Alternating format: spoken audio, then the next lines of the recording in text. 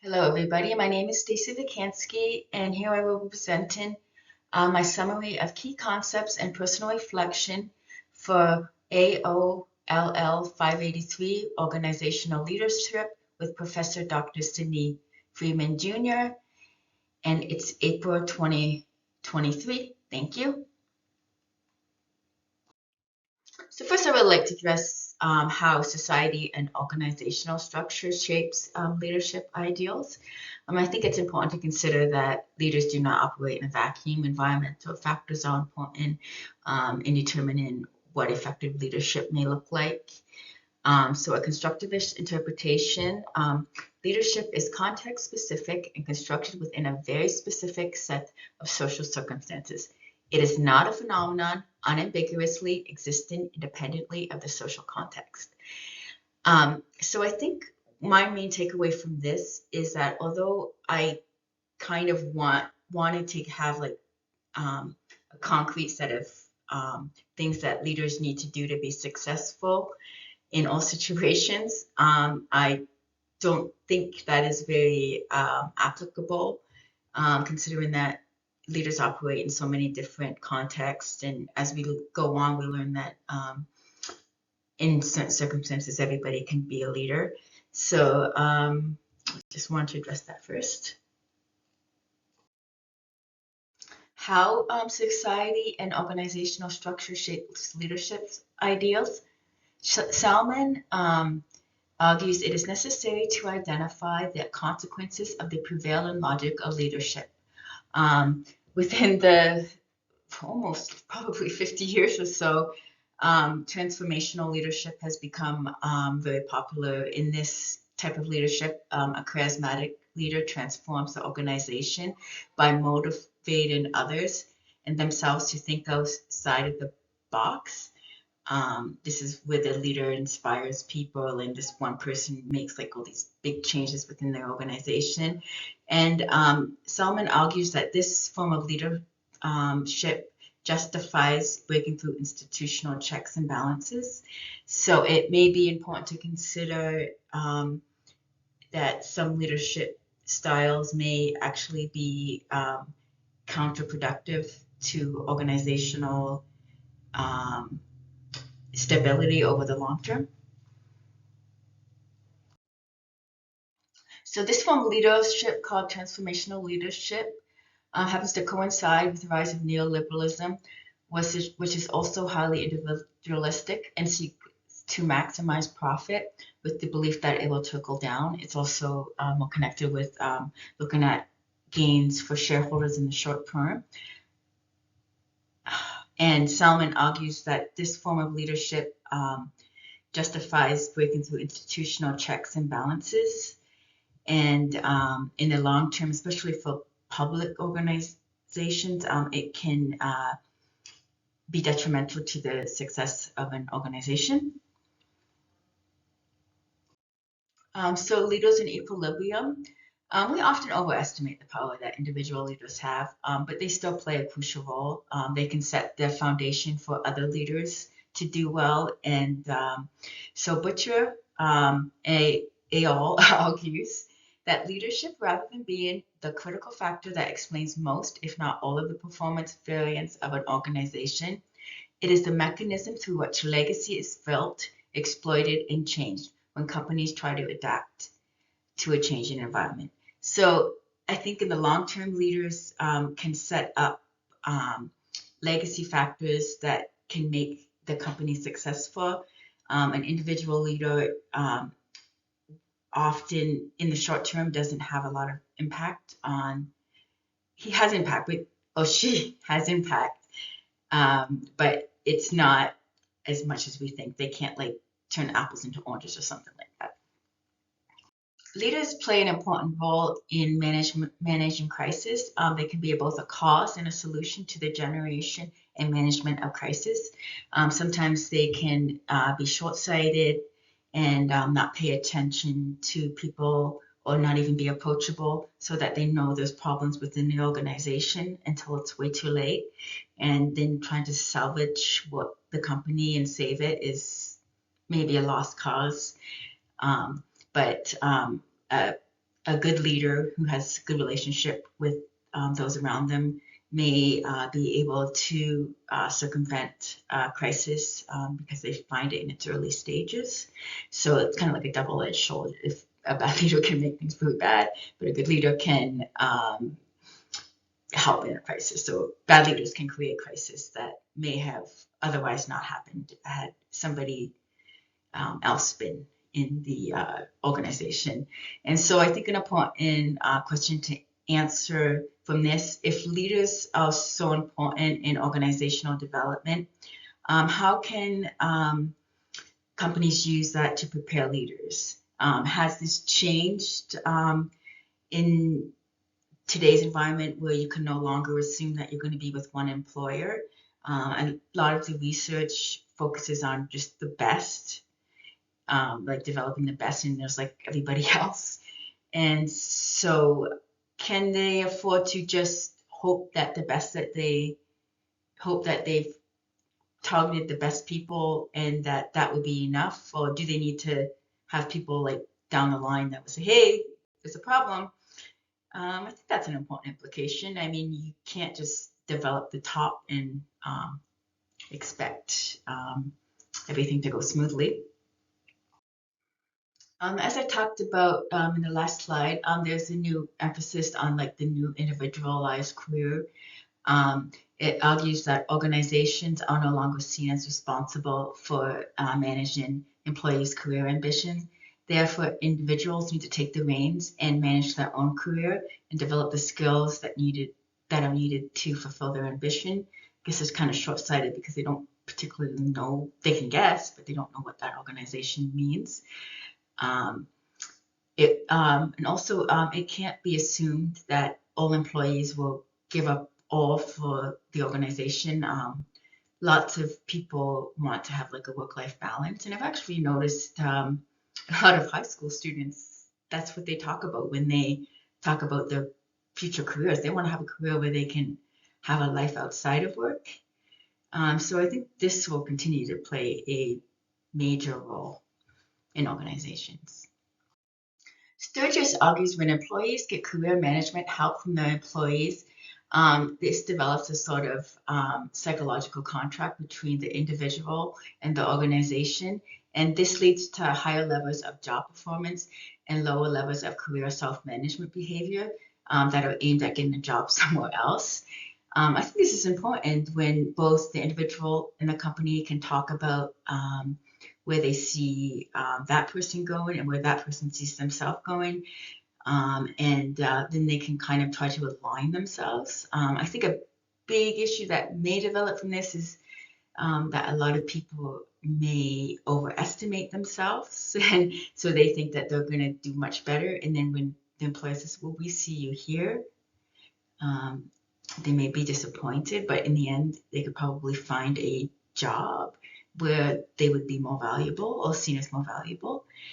And I think another important implication is that, again, at the top, these people tend to have more of the managed careers because they are seen as like so high potential that they can't they can't be left to their own devices. The company has to make sure that they have experience where they can learn on the job and do different things so that they have so they can do their job. So it's kind of I think there needs to be more development for like most employers or employees to do the job. I think when we talk about leaders, it's important to consider that it's not just leaders at the top. There's going to be leaders throughout the organization. Usually, as the textbook talks about, the most important leader to somebody is the leader that is supervising them. That would be true in my job, and I think true at most people. But Story argues how effective leaders are depends on the extent to which people follow and give legitimacy, which he terms internal validation. So I kind of looked at this as how does the team come together? Do they all go towards a common goal? So I kind of thought of that as a rope, like making the rope. And then the second portion of effective leader is the extent to which the unit and organization survives, which he calls external validation. So how good is your rope? How good is your organization? Can it survive outside of that context? So that's an important consideration to make, is how well an organization works by itself as a team and in the same direction, and then how does it do against others? I think that's like crucial.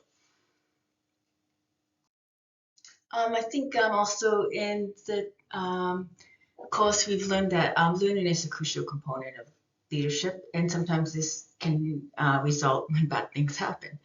And Anacapullo and Bento argued that learning to cope with difficult situations can enable individuals to learn to bring about positive changes in society as a whole. They use the term paideia to describe a mode of education that focuses on the cultivation of each individual's natural inborn potential in every domain of life, which cannot be achieved through fixed programs. In paideia, struggle is something that is embraced. Through our struggle, we learn to exert great effort to achieve something. This is done with immense desire and love. So it's like a labor of love, as they describe it. It fosters virtue because we make the choice to see things differently, and it requires character to deal with these difficult situations. It also requires courage and to be reflexive. They call it reflexive critique, to challenge what is taken for granted as reality, and also to teach others that they can do the same. Another crucial component of leading beautifully is reframing, and they use Janice Jackson, and this is her receiving the Presidential Citizens Medal from Barack Obama in 2013. And I really liked how they shared her story of how she went through a terrible situation and was able to find the beauty within it and kind of start to change society and lead people towards kind of seeing things differently. But they argued she's a powerful leader because she allowed herself to learn to see the world anew, and she showed others how to do the same. So they argued to lead beautifully, you need to see reality as is. You need to avoid assumptions and myths. So you got to be like, okay, this is a challenge. There's no other way around it. And you have to have the courage to see differently. I think this is a very powerful tool, and I think a lot of people cannot do this. And I think when you teach somebody how to do this, it's a powerful thing. And you have to also have the courage to inspire people in the current reality to see your possibility. So it takes a lot of courage to say, hey, kind of this is where I see us going, in a time where there may have been people who just didn't think that. Finally, some insights from a leader's legacy. Leadership as a service.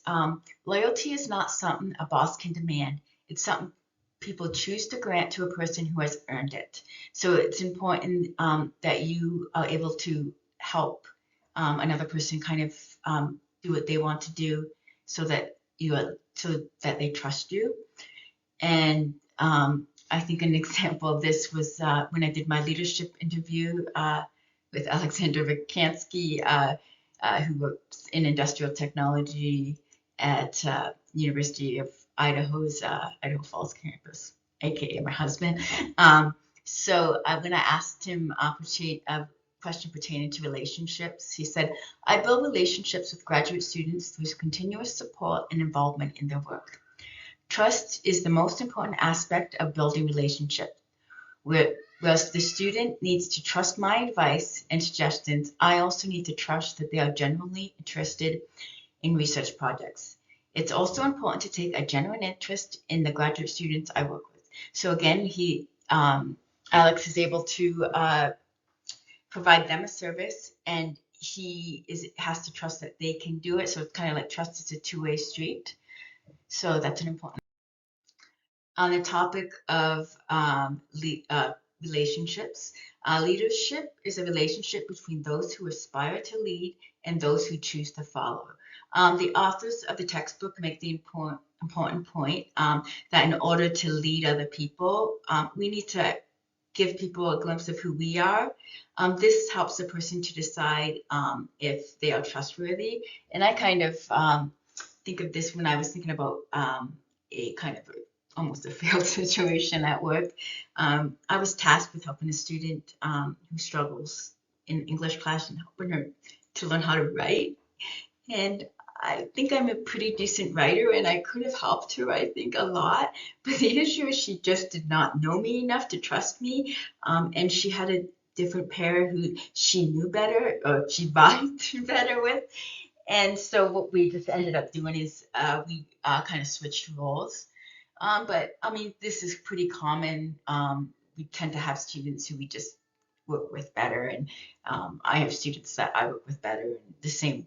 But if I really were to go into this situation again, I would have probably tried to build a better relationship with her instead of just coming in and she doesn't know me from anybody else, and she doesn't know that I have any competency in anything. So I should have probably built the relationship instead of kind of explained why I'm interested in helping her, at least, or yeah, that could have been useful. I think another important contribution is wanting to be liked versus wanting to be feared. So the authors argued that given the choice between being liked or feared, being liked is a far better option. Why? Because we work harder and more effectively for people we like. We like them in direct proportion to how they make us feel. So if they make us feel like crap, we're not going to go above and beyond to work for them. We're going to be fearful. And the authors also argue choice is a glue that binds individual actions to motivating them to accept responsibility. So I think if you are somebody who operates out of fear, you kind of take away people's like free will and choice because they just do it because they have to.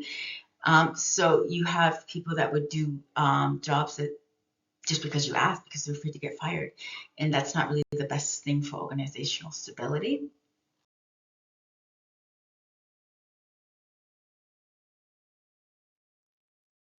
Another important aspect of leadership that it actually takes courage to lead other people. It takes, and the courage will be measured again in situational, like relative to the person and relative to the situation. Be like somebody like public speaking. Some people can naturally do public speaking, be nothing to them. Whereas somebody like me, I'm like terrified of it. And for me, it would take a lot of courage to do something like that. So that brings us to the topic of what is courage. Courage was seen as the mean between excess of foolhardiness and the deficiency of cowardice. So kind of you don't want to do something that's like completely out of your range, but you want to kind of have the kind of ability to do it. Like I would kind of be like, oh, I'm going to be a news reporter today. That's just foolhardy because I don't like to public speak. I don't think on the spot very well, so it wouldn't be very good. And the author note that the choice reigns supreme in choosing to act to be courageous. Again, it kind of links back to Janice Jackson. So we have to willingly choose to suffer in order to kind of achieve something. And this makes knowing who we are as leaders, clarity of values, important. So I think as a leader, it's important to know who you are and what your values are so that you can kind of act courageously and try to push the limits and so that you can help other people to do the same. So briefly, some of my main takeaways are first, it's important to understand the societal factors that shape leadership ideals. Power looms large here, so sometimes the powerful may have a different view of what leadership is. Maybe that's they have more of a exclusive look at like view of what leadership is. But as we have learned throughout the course, given the opportunity, many of us can be leaders. It's not just the purview of the powerful. Second, leaders, especially senior ones, have an important role to play in ensuring that companies can adapt and survive in the future. Developing leaders that can work within the system is vital. Three, it is important for organizations to open the lines of communication between themselves and employees to help build a healthy relationship and to ensure those who want opportunities to progress within the organization have the opportunity to get them and not just those at the top. Number four, good leaders ensure that within the organization, the teams work well together and they ensure that outside the organization has the ability to compete with others. Number five, the best leaders are also teachers. At its most ideal, the best leaders make a conscious choice to break through many taken for granted assumptions, and they teach others to do the same, and that way their legacy expands. Number six, if you really want to be a good leader, make sure that you build positive relationships with other people, which can be done through sacrificing so you can help other people. And the final point is be courageous and encourage others to do the same. And finally, here are my reference, and thank you for sticking with me through this short presentation. Thank you.